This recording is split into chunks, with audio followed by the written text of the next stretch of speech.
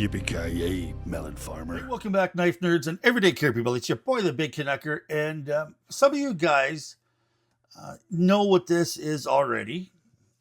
Some of you guys are wondering what the heck it is. So now you know that my buddy Elton Winkle, who made this, he, I bet you he would know what's inside this. He seems to be like a little bit of a Microtech guy. So don't want to keep you in suspense too long, but let's have a quick chat.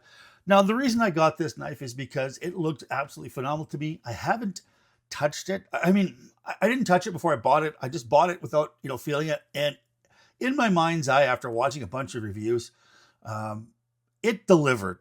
I have to say, there's certain knives out there that, you know what, I build the hype up in my brain, and I get there, and I'm like, oh my goodness, this thing is just, it's not near as good as I thought it was. Well, this one here, to me, this one delivered on just about everything I thought it was going to do. But there was a few surprises, and there was a few things that are not perfect on this knife.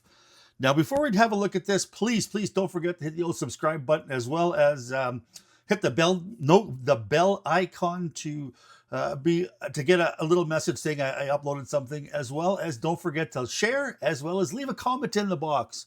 I'd appreciate it very much. Now, let's, without further ado, let's have a look at this.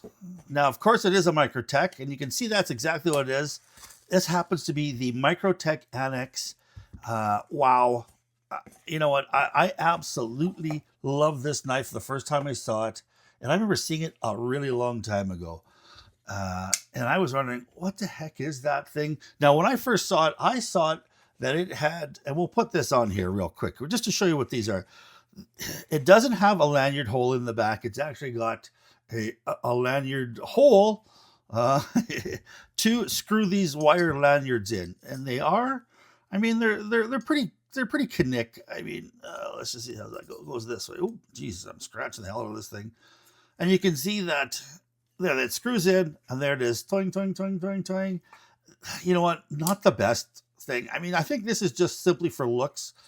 I am going to do something here with these here too as well, and I am going to see if I can find out what these threads are, and then I'm going to try to find something that I could screw in there, put a little oval or a little eyelet in there so I can tie a regular lanyard to it, just have a little plug that screws in there without these things, because they are kind of ridiculous. They're more for looks than I think than the actual as a lanyard hole. I'm really worried that these things would start to fray as they bend, or it'll come out of the end here. I'm not exactly sure how they're made.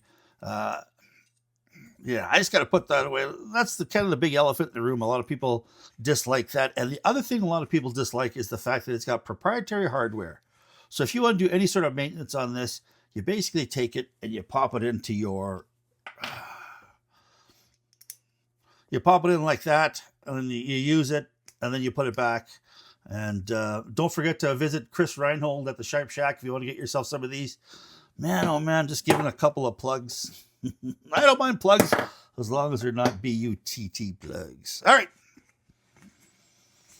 Yeah, so there's proprietary hardware. That's one of the things. Let's kind of get this out of the way here, and let's go with kind of a size comparison, because she's a little bit of a big one here.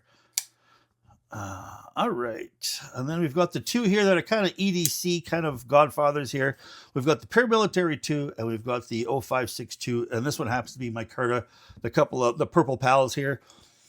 Now, the overall length of this one here is 8.6 inches, and it's got a 3.75 inch blade, as you can see. It's got a little, it doesn't look like a monster blade. It doesn't look like 3.75 inches, but I don't know. I wonder where they're measuring from, because these are, this is a 3.5, and this is a kind of a 3.5 too as well. So they just, I don't know. Hey,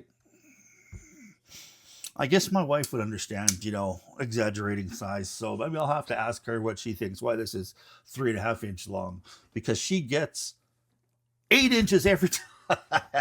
Yeah, I better not say anything like that. Man, she'll kick me in my junk.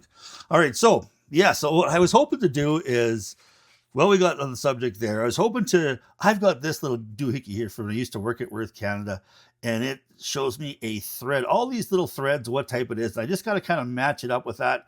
But there's a crap load of them here, so that's why I haven't done it yet. But I will eventually get it. If you know what the thread is on this and the diameter of that I can just buy a screw, put it in the comments. That's what I wanted to make sure that you guys put it in the comments. So All right, cutting edge is 3.5. The blade width is 1.33 inches, so it's 1.33 inches.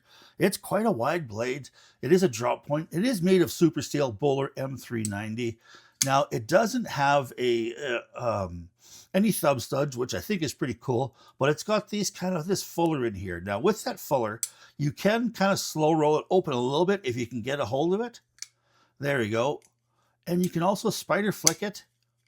And there is a front open just like that. So there is, they've got the detent dialed right in. The only thing that I've had a real hard time trying to open is kind of flick it that way. It just doesn't snap open. I can get it to open, but when I do, it kind of tears out my thumb here just a little bit here. Yeah, so it does like tear up my thumb here quite a bit. So that when I open this, I open it mostly with the kind of the spidey flick way. And it does snap open right away here. Let's just see. There we go. Just like that. Now, it is a drop point. They say it's a fully flat ground, but I mean, I guess if you didn't have this fuller in here, it would be like that. It's almost really kind of like a high saber grind is what it is. It's a little bit thick behind the edge. I mean, but it still cuts like a demon. It still does great. I ended up putting a real kind of short mirror edge on here using my work sharp. Now, the other thing here, let's go. The handle length is 4.87 inches long with the handle width of 0.98, so 1 inch. And they say that it is, the thickness of this here is 0.5, so it's exactly half an inch. Now, you guys are looking at this, you're probably wondering, there is no lining here. It is an integral knife. So that is something that I think this is the only, I've got only one other integral.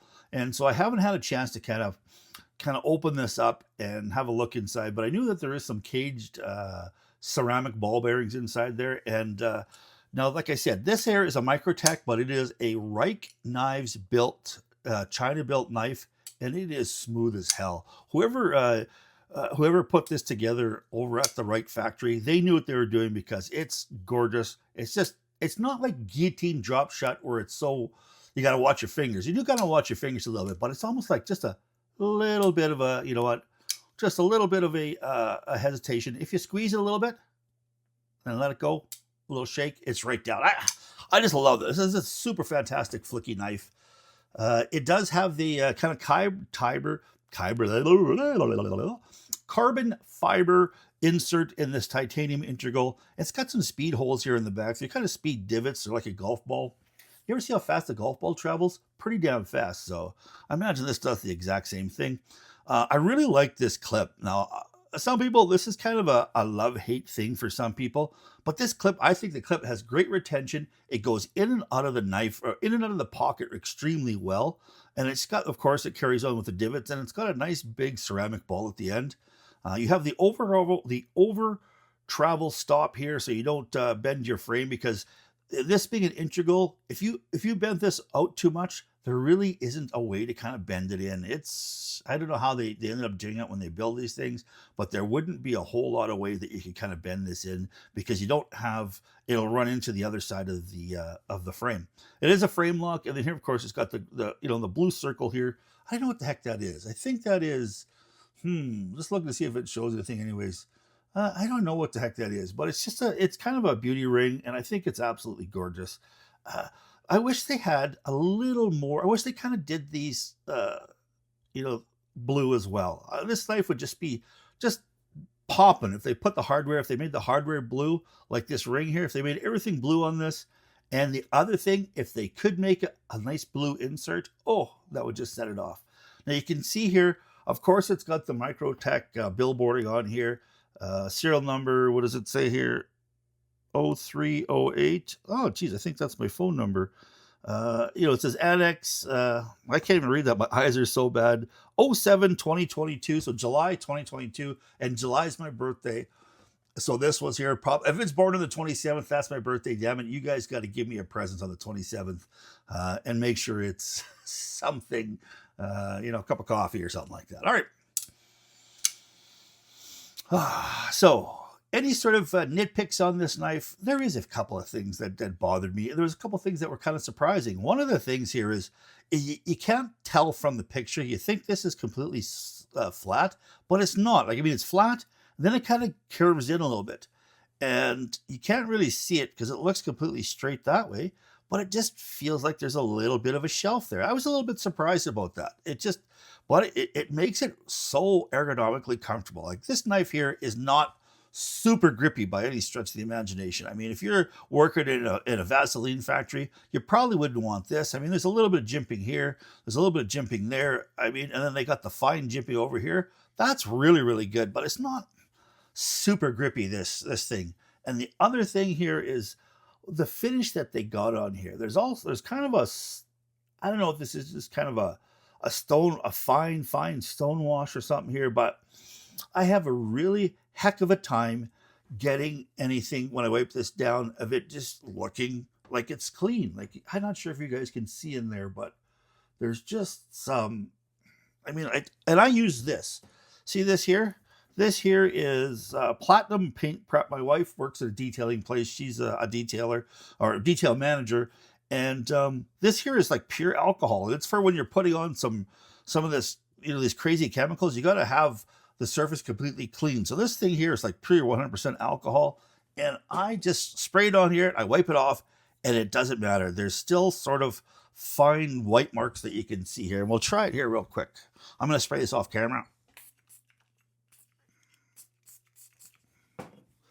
And so you can see that it is, it's nice and wet with this stuff. And then this is a really nice clean microfiber cloth. And there we go. And I mean, I don't think you can tell, but